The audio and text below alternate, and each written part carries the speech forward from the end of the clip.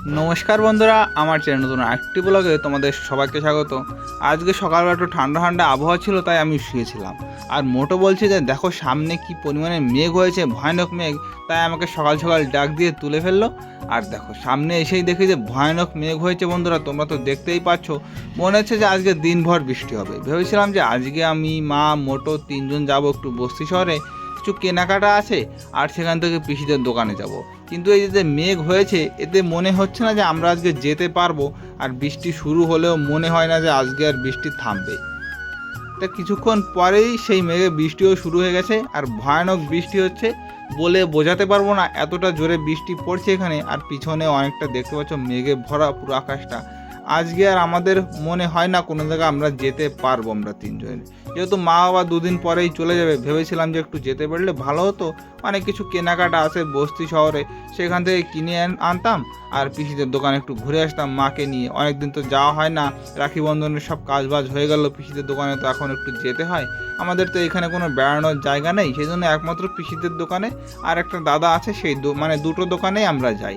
তারপরে কিছুক্ষণ বসে থাকার পরে একটু সামনে চলে আসলাম। ভেবেছিলাম একটু শুয়ে থাকবো, কিন্তু শুইনি, বৃষ্টিটা কমে গিয়েছিল। তারপর দেখলাম যে রোদ্দুর ভালোই উঠেছে, তাই আমি এখানে গাড়ি নিয়ে বেরিয়ে পড়েছি পিসিদের দোকানে যাওয়ার উদ্দেশ্যে। তবে প্রথমে আমি যাব একটা বাড়িতে, সেখান থেকে হাঁস নেব 4টে, যদি পাই। তাহলে 4টে হাঁস নেব কেন, কারণ একটা আমরা বাড়ি নিয়ে আসবো, আর 3টে হাঁস পিসিদের দোকানে নিয়ে যাব। আর যখন হাঁসটা পাবো তখনই মা আর মোটোকে ফোন করব যে ওনরা যেন অটোতে করে চলে আসে প্যাডি চৌরাহায়, যেখানে পিসি, দিদি আর বৌদিকে আমি বাসে উঠিয়ে দিয়েছিলাম।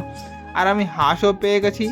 আর তারপরে আমি যখন যাচ্ছিলাম বস্তির দিকে, তখন এখানে বৃষ্টিও শুরু হয়েছে, তাই আমি একটু দাঁড়িয়ে আছি। আর মা আর মোটোকে বললাম যে তোমরা একবারে হারিয়া চৌরাহায় চলে যাও, যেখান থেকে আমরা রেডিমেড নিই। কারণ এই বৃষ্টির মধ্যে বাইকে করে ওনাদের নিয়ে গেলে ওনারাও ভিজে যাবে। আমি তো ভিজেই গেছি, কিন্তু ওনাদের তো ভিজানো যাবে না, তাহলে সমস্যায় পড়ে যাব। আর তারপরে বৃষ্টি কমার পরে আমরা চলে এসেছি বস্তি শহরে। এখানে 3জন একসঙ্গে এসেছি। আর বস্তি শহরে ঢুকে আমরা কিছু ঘট দেখছিলাম, কিন্তু ঘটের মুখটা প্রচণ্ড বড় হওয়ার কারণে আমরা ঘট কিনিনি। তারপরে আমরা চলে এসেছি পিসিদের দোকানে, কারণ কি বিশাল মেঘ হয়েছিল, সেই জন্য বস্তি আর কোনো কিছু কেনাকাটা করিনি। আর ওই যে ড্রামটা দেখতে পাচ্ছ, ওই ড্রামের মধ্যে আছে 4টে হাঁস। দুটো আজকে খাওয়াবে, একটা পিসিরা পরে একদিন খাবে, আর একটা আমি নিয়ে যাব। আর আমি তো পুরো ভিজে গিয়েছিলাম বাগনগর বসেই, সেই জন্য পিসিদের দোকানে এসে স্নান টান করে দাদার জামা কাপড় পরে নিয়েছি। আর তারপরে শুনি যে হঠাৎ করে ময়ূরের ডাক ছিল, তাই আমরা আসলাম একটু মাঠে, পিসিদের দোকানের পিছনে।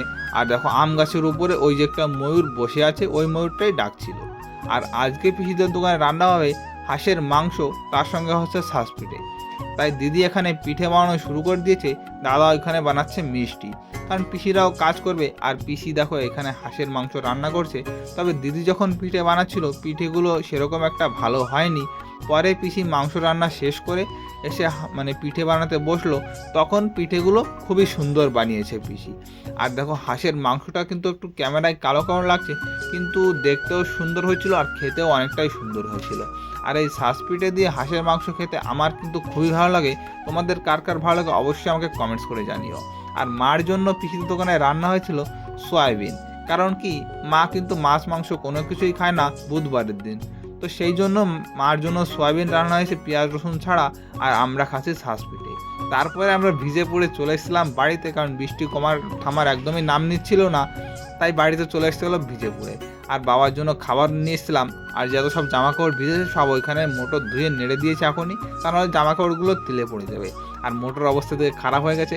আর বন্ধুরা ভিডিওটি এই পর্যন্তই। ভিডিওটি তোমাদের কেমন লাগলো অবশ্যই কমেন্টস করে জানিও। দেখা হচ্ছে পরের ভিডিওতে। সবাই ভালো থাকো, সুস্থ থাকো, বাই।